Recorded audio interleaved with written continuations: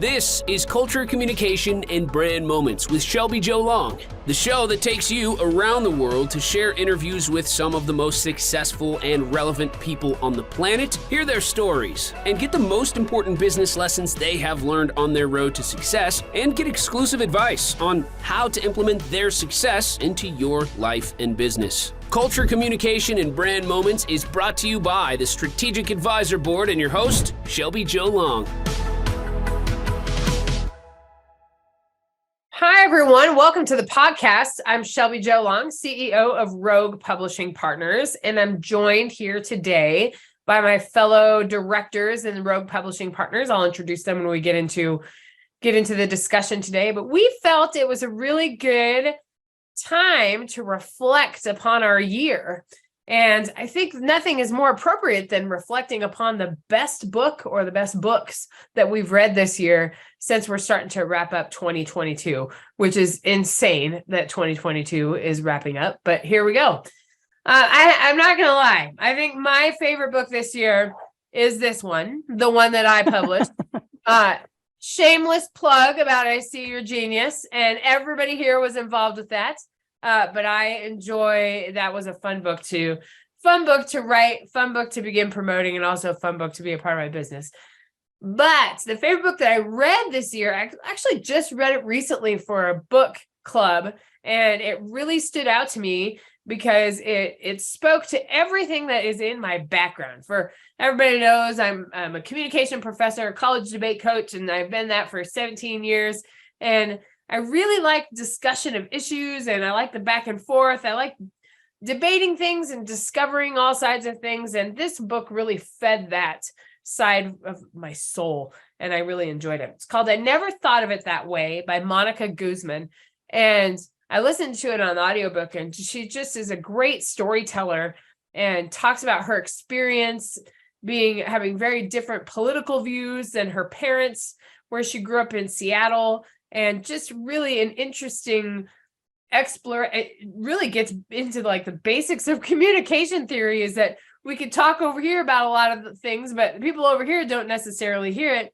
And particularly in today's society, how challenging it is, how polarizing things have become. And it just gives us some tips about how to better engage. And yeah, if you're a Democrat, then listen to Republicans and vice versa, and then maybe find some common ground.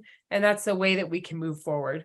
Now, I just really enjoyed how she tied her own personal story and background into it, and how it's a discovery of something that is pervasive and that we see a lot in society. And it's just kind of fun to listen to someone talk about their experience with that. So I Never Thought of It that way by Monica Guzman. Not connected to the Rogue community, but it was something that stuck out to me. I think many people should read that book. It's a good thing to help broaden our perspectives, broaden our minds, and to not only speak, but to listen to each other. So I enjoyed that book. Fed my debate side, it fed my communication side, but then also talked about a very relevant topic. So those are my top two books of 2022. Those are the ones that stood out to me, mine and then Monica Guzman's book. So Scott Sery, fellow director here on Rogue Publishing Partners, introduce yourself and tell us about your favorite book of the year or books of the year. Sure. I'm Scott Sery. I'm a ghostwriter and a copywriter. So most of my time is spent creating the books and creating the words that goes into them. Looking back over the year, I can't really pinpoint one book that I loved more than others. I joined a book club. I've never been a part of a book club. I always just kind of have been reading whatever looked interesting to me. So I always have a big list of books. I don't think you can see them there's a shelf back over here, and I have them lined up. So the one on the right-hand side is the next one that I have to read. And then I alternate a fiction and a nonfiction. So I'm not always reading one particular genre. But in this book club, we put a name of a book, drop it in the hat, and then we just randomly draw it out. And there's about 8 of us in the group, 8 to 10 of us that actually show up every time. And we read whatever those people wanted to pick. And so there was like a romance novel in there. There was a fiction one called Counting Coup. It's about life on the Crow Reservation, following along a high school athlete. She's a basketball player, and just kind of her story. She's like the best player in the state, but I love that book. It's so good. Yeah. The dynamics of living on the reservation and the culture took her from, she's like the best player ever, and she just makes nothing of her life because everything going on around her. So I don't know, maybe that would be kind of my favorite one. It was a little bit harder to read, but it was fun because it took place just down the street from us here in Billings, 30 miles away, 40 miles away. But then there's just all these different genres, all these different types of books that I never would have thought to read. So anyone that's thinking about joining a book club, do it, because it breaks you out of your little mold of what you fall into and what you love to read, and it broadens your horizons a bit. Oh, Scott, that's a great tip. It does, yeah. Being a part of a book club and not picking out what's on your shelf to read and challenging yourself out to get outside of that. I read that Counting Coup a while ago. Local author, I think. It's a great book. He's out of Portland. He followed Sharon LaForge around in 1992 and just kind of tracked the whole girls basketball team throughout that basketball season. And then it took him 7 or 8 years to actually write the book, because he kept running into issues. He kept debating himself, should I even publish this? It was a little controversial because it doesn't depict the reservation life in very good, right, in a sunshiny manner, but it depicts it in a real manner. It's how it actually is, and it's not pleasant to read sometimes. Right. Man, that's a good one for those that want to discover more. Crow Reservation, right 30 miles from here. It's crazy. So that's great. Well, yeah, and join a book club. There's a good piece of advice for 2023. What was that called, Scott? Counting Coup. Counting Coup. Larry Colton is the author. A true story of basketball and honor on the Little Bighorn. Cool. There's actually quite a few. There's another book. I can't remember the name of it off the top of my head, but it's like a world champion basketball team out of Three Forks or something in Montana. Like there's quite a few of those stories about the reservations in Montana. That's really interesting. So great tip for 2023 and good book. Fellow director, Michelle White. Michelle, can you introduce yourself and talk a little bit about your favorite book or books of 2022? Okay, I am Michelle White, like you said. I own MMW Books. I'm a book designer. So I'm always looking at covers and scrolling through new books and like the New York Times, articles on like right now there's a lot of them, best books of the year kind of stuff. I'm always looking through the covers and looking at trends in cover design and what really pops out to me and that kind of thing. But when I'm reading the books, I read a lot of nonfiction, nature, conservation, those kind of things, spiritual, like Eckhart Tolle. I just started reading Joan Tollefson, who apparently has been around since like the 1960s, writing on spiritual things like her evolution. Alan Watts, people like that. I'm just a big fan of that kind of writing. When I'm reading fiction, I try to read books that take me outside of my own life, people that I wouldn't ordinarily be able to relate to. Like currently I'm reading Solito, which is it's from the perspective of a boy from El Salvador migrating to California to be with his parents, and he's 9 years old. So it's really interesting. It was the 90s that he made this trek. So, things like that I really like reading about. My favorite one of the year was Bewilderment by Richard Powers. It's about a father and his son, and it's fiction.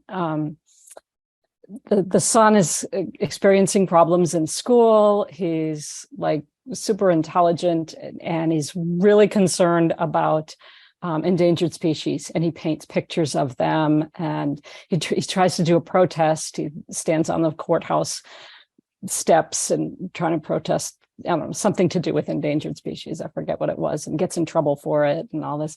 And it's just how the father deals with it. The mother had recently died, before the book started. So they're dealing with that. And they're doing this neurofeedback thing that's supposed to help with the boy's emotion. It's a new sort of a science fiction like technology that the boy is going through. And it's just bizarre, the effects that it has on him. And it creates this big, all-knowing kind of like enlightenment kind of thing in this little boy, which it's bizarre, but it's really, really, really good. Anything by Richard Powers, I've been onto him lately. He's a lot of nature and science and climate change and all this, all in fictionalized, form, but dealing with those subjects. Fiction or nonfiction? So that's it's fiction. Yeah, that's interesting. Takes you to kind of a different perspective. That's right. I'm starting a Toni Morrison kick. I saw an interview that she did, and I just fell in love with her as a person, Yeah. And so I had read Beloved back in school. So I'm working my way through those. I'm going to start Sula next. So yeah, really Toni like Morrison's great. I read Beloved. It's been a while though, so it'd be good to get back into those books. Yeah. Sure. Well, the only consistent author I read is a romance novelist, which is also nonfiction. But I maybe need to get out of my comfort zone and explore some of this. That sounds really interesting. Those two authors. So thank you, Michelle. Susie, fellow Rogue director, talk about your favorite book or books of the year in the publishing industry. I'm sure you see quite a few of them. Yeah, I do. I'm Susie Schaefer. I'm founder of Finish the Book Publishing and COO for Rogue Publishing Partners. And, my challenge is that there are too many books and not enough time. So, and this is why literally when I'm working on books, I will read bits and pieces, but I may not read the entire book from cover to cover. So some of my favorites from this year, and actually I've got 4 that are authors that I worked with, and then I'm going to talk a little bit about some of the others. So the first one is I See Your Genius by Shelby, because I love the story and I love the fact that while it's a nonfiction book and really focuses on your journey into becoming an entrepreneur and leaving academia, but it also tells your story, which is really important because that's how you connect to people. And then, of course, I just can't make shout out, Susie. Oh, you're welcome. My publisher. You're welcome. And my book designer. So thank you. But I haven't read the whole thing like beginning to end. So it's on my list of to-dos. And you know what I'm going to do actually, Shelby, is I'm going to actually wait until it's on audiobook, because at the end of the day, when I'm tired of seeing a screen or reading, I love to listen to audiobooks. And I think that's what I'm going to do with yours. I'm going to wait till it's on audiobook and then listen to the whole thing start to finish. Another one that I absolutely love. The audiobook is coming. Okay. So, yeah. Yeah, it is. Okay. Thanks, David Wolf, for showing Hey, today. it's So, we're here. Thank you. So, okay. Another one of my favorites is I Just Can't Make This Shit Up by Alejandra Brady, who talks about her. And that, like, for me, it's one of my favorite covers of the book. But that one really talks about her own spiritual awakening. So I love that, and how her spiritual awakening was impacted by her family and their opinions. So fascinating book. Another one that just really, struck my heart was 7 Stories for My Father by Estela Nunez Franco. She wrote this book because her father had terminal cancer, and she wanted to make sure that she wrote him love letters before he passed. And so she wrote it, and then she also translated it, so it's available in both English and Spanish. So really, really beautiful book, and it's a little short book. The one that I'm working on right now with a lot of my other road partners too, and it's coming out very soon. We're just doing the finals on it. It's called Fence Bat, a big kid's guide to parenting, personal growth, and play. So it's the word fence and the word bat combined to create Fence Bat, which is a game that his kids created during the pandemic. And he also discovered during the pandemic, when he was when the kids were home, that his son was on the autism spectrum. So fascinating book, excellent writing. It's going to be super duper. So write that one down, because you're going to want to watch for that one. So what I'm reading right now currently is A Guide to Lucid Dreaming. I get really into the metaphysical space and the woo-woo space and spirituality. And it's something that I love. It's something that I incorporated into my business when I'm working with authors. So that's what I'm reading right now. On my list is To Kill a Mockingbird, because I'm seeing the performance in January and I don't remember the story. So I said, okay, I'm going to read the book before I go to the show. So that's on my next list. And I should just give a quick shout out too. For those of you that are looking for books that were worked on by Rogue partners, you should check out the Rogue bookshelf on our website, because we are in the process of uploading books that at least 2 members of the team have worked on. So there will be a whole bunch of books listed there that have been a collaboration of our services for those authors, and also just to highlight the good work that our authors do. So check out the Rogue bookshelf on the Rogue Publishing Partners website. That's my plug. Great, Susie. Thanks for all that. You gave us a couple of book recommendations. To Kill a Mockingbird, we read that many, many moons ago. Time to get back into that one. Excited about that. Yeah, those are some great recommendations. And the Rogue bookshelf, it's always important to have that too. Speaking of our expanded Rogue community, and David joined the podcast late, but I told him I was going to call on him anyway in the last few minutes of the interview. David, we're talking about our favorite books of 2022. What stood out to you this year? What book recommendations can you make? Oh my gosh, I'm being called on something. Let's see. And David, I wasn't prepared. Introduce yourself quickly. Sure. So my company is Audiovita Studios, and we produce audiobooks and podcasts. So that's our business, and that's my business. We're about 4-year-old startup, and I'm a longtime music producer. So kind of moved into this business some years ago and started podcasting back in 2006. Anyway, oh my gosh, I think I may come up dry because there's so many, and I wasn't really prepared to recommend anything. And also it's a memory moment. So I just have to, sorry, I'll think about it. And okay. Maybe a future podcast, I don't want to waste time here, but a future podcast, I'll come back and make some recommendations, because I have done a lot of reading this year. I'm not recalling things in the moment.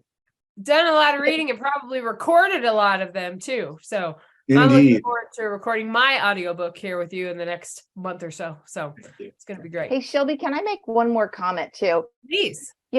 I think it's really important that we highlight the fact that all of us are what we call hybrid readers. So we may read a physical book. I love taking a physical book, like when I go to the beach. But we also read, for example, on our e-readers. So, Kindle, Nook, whatever, sometimes even on our laptops or on our phones. But, David serves he provides a great service, because so many books we are now listening to as audiobooks. So when you're reading on these different types of medias, it's important that we do fill that niche. And so I was super excited to hear that Shelby's going to be recording her audiobook with David, because we have to be able to kind of ebb and flow for the type of reading that we want to do. And I've said before that at the end of the day, I'm tired of looking at a screen, looking at a book, at reading, because I do it all day long. So I like to just kind of chill out and listen to audiobooks. And so that's my end of day kind of routine. So, a big shout out to David, because what he does, it kind of brings everything full circle for those that are working on their book, whether it's a physical book, an ebook, or an audiobook. And if I may, I remembered one of the books that I actually did listen to. It was Jim Doty. Jim Doty, Into the Magic Shop. He's an amazing guy. He's a neurosurgeon with a heck of a story, unbelievable story. And it's available in all the formats per Susie, which she was just talking about. I did happen to listen to it. So that's a great one. Another author that I checked out recently, this is historical fiction set in World War II by Steve Hartov. And it has to do with, it's called I believe the title is The Last Seven. And I'm Jewish, so he came through my wife, who runs a book fest every year.